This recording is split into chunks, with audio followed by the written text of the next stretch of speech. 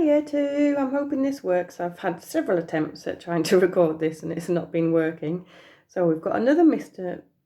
Men story. We've got all the Mr. Men on the back, and I've picked number 3. And I've picked it because it's Mr. Happy, and it reminded me of our lovely serotonin that we learnt about with Gareth when we were doing our team up. The lovely yellow sunshine, and how sunshine makes us feel happy. And smiling makes us feel happy, and this book is all about big smiles and feeling happy. So, Mr. Happy, and I hope you enjoy it. On the other side of the world, where the sun shines hotter than here, and where the trees are 100 feet tall, there is a country called Happyland. Sounds like a nice place, doesn't it? As you might very well expect, everybody who lives in Happyland is as happy as the day is long. Wherever you go, you see smiling faces all around. It's such a happy place that even the flowers seem to smile in Happyland. That sounds like a great place, doesn't it? And as well as all the people being happy, all the animals in Happyland are happy as well. If you've never seen a mouse smile, or a cat, or a dog, or even a worm, go to Happyland. Have you seen animals smile? I'm not sure if they can, but obviously in Happyland they do. This is a story about someone who lived there, who happened to be called Mr. Happy.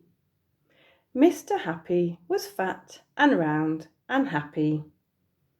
I love his big smile. He lived in a small cottage beside a lake at the foot of a mountain and close to a wood in Happyland. At the foot of a mountain means it's at the bottom of the mountain. One day, while Mr. Happy was out walking through the tall trees in those woods near his home, he came across something which was really rather extraordinary. Prediction time! What do you think it is? What do you think he's found when he's been walking in the woods? There, in the trunk of one of the very tall trees, was a door. Not a very large door, but nevertheless a door.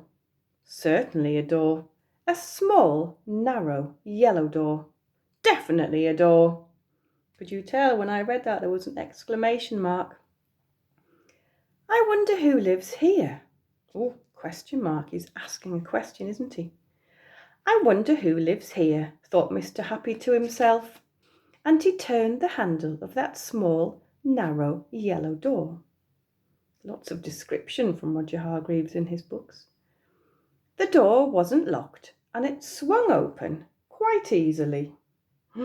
Another prediction time. What is going to be through the door, do you think? Have a little think and tell somebody, if anyone's near you, tell them what you think it will be.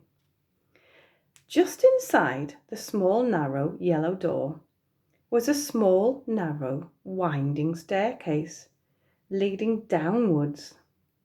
Mr. Happy squeezed his rather large body through the rather thin doorway and began to walk down the stairs.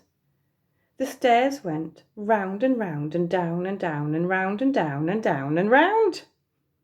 So I'm imagining him walking down, twirling round, down and down. What is he going to find? Eventually, after a long time, Mr. Happy reached the bottom of the staircase. He looked around and saw, there in front of him, another small, narrow door. But this one was red. Who is going to be, or what is going to be behind that red door? Mr. Happy knocked at the door. Who's there? Said a voice. A sad, squeaky sort of voice. Who's there? Mr. Happy pushed open the red door slowly, and there, Sitting on a stool was somebody who looked exactly like Mr. Happy, except that he didn't look happy at all. In fact, he looked downright miserable. How can we tell he's miserable? Big downward mouth. That's definitely a miserable mouth, isn't it? Can you make your mouth miserable? Make it turn down. Hello, said Mr. Happy. I'm Mr. Happy. Oh, are you indeed? Sniffed the person who looked like Mr. Happy but wasn't. Well, my name is Mr. Miserable, and I'm the most miserable person in the world. Why are you so miserable? Asked Mr. Happy. Because I am, replied Mr. Miserable. Oh dear, that's not good, is it? How would you like to be happy like me? Asked Mr. Happy. I'd give anything to be happy, said Mr. Miserable. But I'm so miserable, I don't think I could be happy, he added miserably. Oh, that's an adverb, isn't it? Miserably. Mr. Happy made up his mind quickly. Quickly, another adverb. Follow me, he said. Where to? Asked Mr. Miserable.